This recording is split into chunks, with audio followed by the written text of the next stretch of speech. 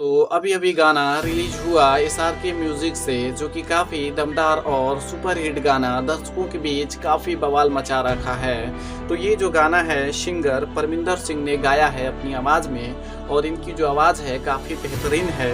और इस गाने का बोल है दरदिया देहलू तू ऐसन, दरदिया देहलू तू ऐसन। भोजपुरी गाने का बोल काफ़ी सुपर हिट है और ये सैड सॉन्ग है जो कि काफ़ी दर्शकों में क्रेज़ मचा के रखा हुआ है। और इसके जो लिरिक्स हैं अजय नारायण जी अपनी लेखनी से इस गाने को लिखे हैं, जो कि काफ़ी बेहतरीन गाने उन्होंने लिखा है।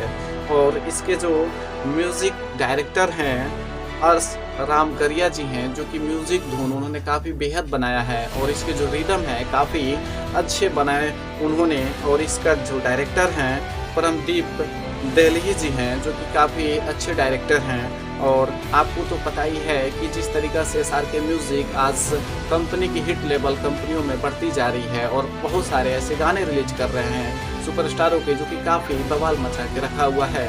और इसी तरह के न्यूज़ नया अपडेट पाने के लिए इस चैनल को सब्सक्राइब कर लें।